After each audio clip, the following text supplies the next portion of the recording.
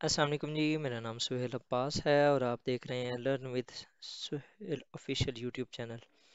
ناظرین، آج ہم جس ٹاپک کے اوپر بات کریں گے وہ ہے آرمی چیف کی ریکروٹمنٹ۔ یہ کافی زیادہ نیوز میں ہے آج کل، تو اس کو تھوڑا سا انالائز کرنے کی کوشش کریں گے کہ اس ایک ریکروٹمنٹ کو اتنا زیادہ آرمی چیف کی جو تقرری ہے اس کو اتنا زیادہ کیوں کنٹروورشل بنا دیا گیا ہے۔ تو ناجن اس کے پیچھے ہماری نا پوری ایک ہسٹری ہے کہ یہ کس طرح اس کو کمپرومائز کیا جاتا رہا ہے اس ریکروٹمنٹ کے اندر میریٹوکریسی کو، and that is one of the major reason behind this controversy. تو سٹارٹ کرتے ہیں۔ سب سے پہلے لیاقت علی خان صاحب نے دو ایسے جنرل تھے جو کہ ایٹ دیٹ ٹائم 1951 جب انہوں نے نیکسٹ وہ چوز کرنا تھا آرمی چیف کو، تو انہوں نے دو میجر جنرل جو تھے، ایک محمد اکبر خان اور دوسرا محمد رضا، ان کو اگنور کیا اور انہوں نے جو ہے وہ بیسیکلی ایوب خان صاحب کو لگا دیا تھا چیف آف آرمی اسٹاف۔ تو میری آخری منزل آٹو بایوگرافی گرافی ہے جنرل محمد اکبر خان، انہوں نے جتنی بھی کنسپائریسیز تھیں ان کے بارے میں بتایا۔ اس کے علاوہ سینئر آفیسر جو جنرل افتخار خان تھے وہ ایک ایکسیڈنٹ میں مارے گئے، کوئی پتہ نہیں کہ کس طرح ایکسیڈنٹ ہوا اور ان کی ڈیتھ ہو گئی۔ یہ he was about to be chief of army staff, مطلب کہ وہ سینئر آفیسر تھے، اور انہوں نے سکندر مرزا کے ساتھ ڈسکس کر کے لیاقت علی خان نے ایوب خان کو چیف آف آرمی اسٹاف لگا دیا۔ نیکسٹ اگر دیکھیں، یہ پہلا ایسا تھا ایشو جس میں مطلب کہ میریٹوکریسی کو اگنور کیا گیا، مطلب کہ from the very first day ہم اس ایک ایشو کا شکار رہے ہیں۔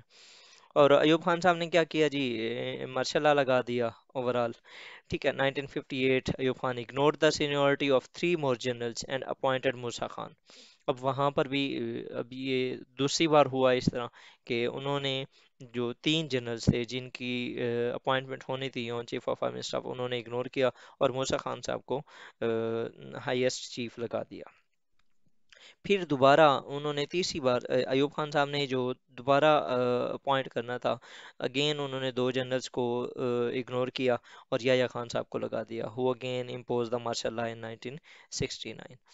ٹھیک ہے، اگر فار ایگزامپل یہ تو تھے ڈکٹیٹرز، اور اس سے پہلے جو ڈیموکریٹک لیڈر تھے، اب دوبارہ اگر ذوالفقار علی بھٹو کے دور میں آئے تو انہوں نے 1976 کو again ignore the seniority of 7 senior generals, مطلب کہ 7 ایسے سینئر جنرلز تھے جن کو اگنور کیا گیا اور ضیاء الحق صاحب کو چیف آف آرمی اسٹاف لگا دیا گیا۔ یہاں پر پھر میریٹوکریسی کو سائڈ لائن کیا گیا۔ سملرلی اب پھر ضیاء صاحب نے کیا کیا، انہوں نے ماشاء اللہ لگا دیا 1977 میں، اور بھٹو کو پھانسی دے دی گئی۔ اب دیکھیں کہ ایوب خان صاحب کو جو لے گئے تھے سکندر مرزا کو انہوں نے ہی ایگزیکیوٹ کروایا، انہوں نے سائڈ لائن کیا۔ پھر یحییٰ خان کو چلو وہ خود لے کے آئے، آرمی جنرل تھے۔ اب ذوالفقار علی بھٹو لے کے آئے ضیاء الحق کو، ضیاء الحق نے اگین ان کو ہی پھانسی پہ چڑھا دیا۔ نیکسٹ 1998 کے اندر محمد نواز شریف، میاں نواز شریف صاحب نے اگنور کیا seniority of 2 senior general and appointed Pervez Musharraf as chief of army staff, اور مشرف نے کیا کیا، ڈیپوز کر دیا محمد میاں نواز شریف کو ایک ہی سال کے اندر، اور انہوں نے پاور کو ایزیوم کر لیا۔ اب یہ نواز شریف صاحب نے ایک بار نہیں کیا، انہوں نے بھی 3 بار کیا۔ اب دوسری بار جو انہوں نے کیا 2013 کے اندر، اگین انہوں نے دو جو سینئر جنرلز تھے ان کو اگنور کیا اور راحیل شریف صاحب کو اپوائنٹ کر دیا in as a chief of army staff, اور he was imposed Raheel Sharif صاحب بھی he was about to impose martial law, but due to advice of senior officials, issue was resolved between both civil and military leadership۔ 2016 کے اندر again جب انہوں نے کرنا تھا chief of army staff کی تقرری کرنی تھی، تو اگین انہوں نے اگنور کیا 4 سینئر جنرلز کو، اور انہوں نے اپوائنٹ کیا جنرل قمر جاوید باجوہ کو۔ In year he was on the road and was condemning aliens, اور جب وہ کہہ رہے تھے جی خلائی مخلوق اور ووٹ کو عزت دو، اور یہی مطلب کہ 1 سال کے بعد ہی انہوں نے یہ نعرے لگانا سٹارٹ کر دیے تھے۔ تو بیسیکلی آپ یہ اوورال ہسٹری دیکھ لیں۔ اب اس کے بعد ابھی فوراً اگر فردر دیکھیں تو 2019 کے اندر دوبارہ اب جب نئے آرمی چیف کی تقرری ہونی تھی، تو ہمارے جو پرائم منسٹر عمران خان صاحب تھے انہوں نے اگین جنرل باجوہ صاحب کو ایکسٹینشن دے دی۔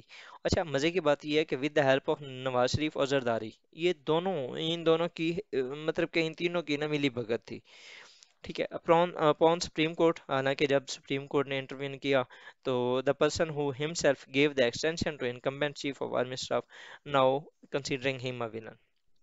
ٹھیک ہے، اب سچویشن آپ کے سامنے ہے، مطلب کہ فرام دا ڈے فرسٹ ہم نے جب میریٹوکریسی کو اگنور کیا تو اوورال جب بھی چیف آف آرمی اسٹاف کی تقرری کا مسئلہ ہوگا تو اس طرح کے ایشوز ہوتے رہیں گے۔ تو ہم اس چیز کو کس طرح ریزالو کر سکتے ہیں؟ سب سے پہلے civilian leadership should pass a bill not to allow extension in any case. یار اگر فار ایگزامپل ایک جو آرمی چیف وہاں پر موجود ہیں، ان کی بیک اینڈ پہ جو next the senior most generals ہونے ہیں، کیا وہ ان کے اندر اتنی کیپیبلٹی نہیں ہونی کہ وہ جو آن گوئنگ کرائسس ہے اس کو ہینڈل کر سکیں؟ ایسا کبھی بھی نہیں ہوتا، وہ ایک اتنی ہائی رینک کا آفیسر ہے، ایسا کیسے ہو سکتا ہے کہ وہ چیزوں کو ہینڈل نہیں کر سکے گا؟ سو یہ جو ایک سارٹ آف ایکسٹینشن ہے اس کو ختم ہونا چاہیے، کیونکہ یہ کافی جو پرابلمس ہیں وہ کریٹ کر رہی ہے۔ Similarly meritocracy should be prevailed with respect to seniority, ٹھیک ہے، آپ مطلب کہ آپ اس طرح کے مسئلے ہی نہ کریٹ کریں، آپ میرٹ کے اوپر جو دا موسٹ سینئر جنرل ہے چاہے وہ ایک دن کے لیے بن جائے آپ اسے بنائیں، اینڈ پھر with that thing the issues will be resolve. Next اگر دیکھیں the parliament should be given its due respect. Both opposition and government leadership should understand the situation of the nation and decide with respect to the constitutional provisions۔ ٹھیک ہے، مطلب کہ constitution جو قانون ہوتا ہے وہ ایک سپریم لا ہوتا ہے، اس کو مینٹین کرنا چاہیے apart from doing some sort of decisions in London اور ای ٹی سی، ٹھیک ہے۔ نیکسٹ اگر دیکھیں تو the politicization of non democratic institutions, army اور جوڈیشری کو یہ اس طرح ہم نا اس کو پولیٹیسائز بہت زیادہ کر رہے ہیں، ہم ہر چھوٹا سے چھوٹا مسئلہ اس کو ابھی آج میں نے ایک ٹرم پڑھی ہے، اس کو ہم کر رہے ہیں جوڈیشلائزیشن آف ایوری تھنگ۔ مطلب کہ ہم کوئی چھوٹا سے چھوٹا مسئلہ ہوتا ہے نا، عمران خان صاحب کے اوپر گولیاں لگی، جی جوڈیشری آپ سپریم کورٹ لے جائیں، ارشد شریف کا کیس ہے سپریم کورٹ لے جائیں، زینب کا کیس ہے سپریم کورٹ لے جائیں، آپ کا for example Asia Bibi کا کیس ہے سپریم کورٹ لے جائیں، کوئی چھوٹے سے چھوٹا ایشو ہوتا ہے، کوئی ایک بلیم ہوتا ہے، توشہ خانہ کیس سپریم کورٹ، مطلب کہ ایک چھوٹے سے چھوٹا کیس ہو اس کو بھی آپ وہاں پر ڈال رہے ہیں، آپ جوڈیشری کو انوالو کر رہے ہیں۔ میں اکثر یہ کہا کرتا ہوں اپنے لیکچرز کے اندر کہ آپ کسی بھی نیوز پیپر کو اگر فار ایگزامپل آپ بی بی سی کی ہیڈ لائن سنیں، آپ کسی اور انڈین چینل کی کوئی ہیڈ لائنز دیکھ لیں، آپ اوورال امریکہ کے کسی چینل کے ہیڈ لائنز دیکھ لیں، آپ الجزیرہ کو دیکھ لیں، آپ کو اتنی ہیڈنگز اتنی نہیں ملیں گی، اتنی سرخیاں نہیں ملیں گی جتنی کہ پاکستان کی جوڈیشری کے ڈیسیژنز کے اوپر ہوتی ہیں۔ مطلب کہ ہمارے پاکستان کے اندر اگر آپ دیکھیں تو آپ کی جو آدھی ہیڈ لائنز ہوتی ہیں نا وہ صرف یہی ہوتی ہیں کہ وہ جوڈیشری نے فلانے چیف جسٹس نے یہ فیصلہ دیا، فلانے چیف جسٹس نے یہ کیا، فلانے چیف جسٹس نے یہ تکرار کی، فلانے چیف جسٹس نے یہ کیا۔ یار ہم کیا کر کیا رہے ہیں؟ سچویشن کیا ہے؟